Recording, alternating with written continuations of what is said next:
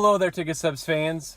We just saw the film The Disaster Artist, which is directed by James Franco. And this film is about the creation of the movie The Room, which is directed by Tommy Wiseau.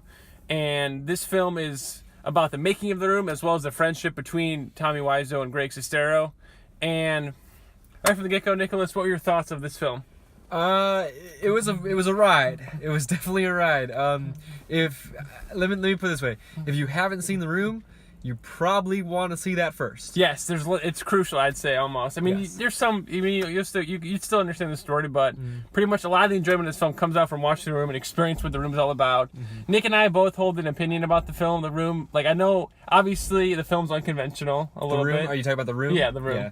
But we definitely both appreciate how the film has kind of built this thing, and it's just, people remember it. Right, and I gotta say, like, and the movie will bring this up, but, you know, this is kind of known that, I mean, there's bad movies, and you've said this before, there's bad movies that you'll watch and never want to watch again.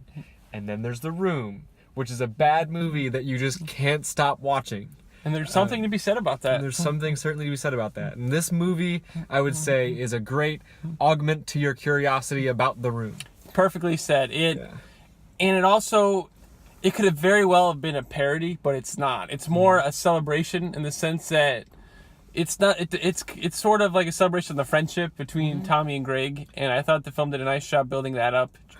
Yeah, it kind of makes it, and you mentioned this to me when we were in the theater, but it really kind of hits you in the feels a little bit. It does. You feel for Tommy, you feel for Greg. There's obviously some tension going on there. There's some moments, very human moments of, like, you know, this struggle to be an actor, and, you know, these themes of, like, is your friend weighing you down, sort of things. It's kind of, it's an emotive movie. Like, you won't, like, this is you might go in expecting like a goofball comedy, but there's some heart to it. Yeah, and I would say the goofball comedy is still there. Yeah. But it's in the same vein as The Room, right? It's not like your typical just like dirty mouth type goofball comedy. This is like a comedy in an uncomfortable way, to say the least, I suppose. Now, Nick, who would you say it was your favorite? We'll talk about James Franco after this, but besides him, who was your favorite performance of the film? You know, Dave did just a great job. Dave did a really great job. I thought he did. Dave Franco did a great job. I thought he was a great character. Yeah, so I'll give it to Dave. And now, kind of when he was cast, like, because just from The Room, you know that Greg is a little bit taller than Tommy. So, like, for a second, like, I thought that was gonna bother me, but it doesn't at all. That didn't even cross my mind. But James Franco, he did a fantastic job. I got to imagine that it's incredibly difficult to try and create the likeness that is Tommy Wiseau. But he did a pretty darn good job. It was cool. And the fact that he directed a movie about a director who acted in the movie, and he also acted in the movie. Right. It's just... He pulled a Tommy Wiseau. On his own movie. They have to make a making of this movie now. With Daniel Day-Lewis as James Franco as Tommy Wiseau. No, he retired, though. You think this is the role they would get him out of? To reprise Daniel Day-Lewis. And then there'll be a movie about that making. Yeah. Now we'll go to the John Burke system of ranking. Okay. Out of 12. Out of 12.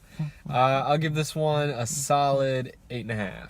Actually, that was about the exact same score I was going to go. I was going 8.5. I'll give it 8.5. And actually, someone I also want to give a quick shout out to. I forgot Josh Hutcherson. I thought he did a really good job as Denny. He probably he, like, obviously James, I think encompassed Tommy the best of any he encompassed the real life, but Josh really sounded like Denny. And can I throw one more thing in? One thing I would love to see in this movie was that there wasn't much development of the supporting cast in the movie. So we have all these other actors like Denny and all these other people in The Room who are in the movie, of course.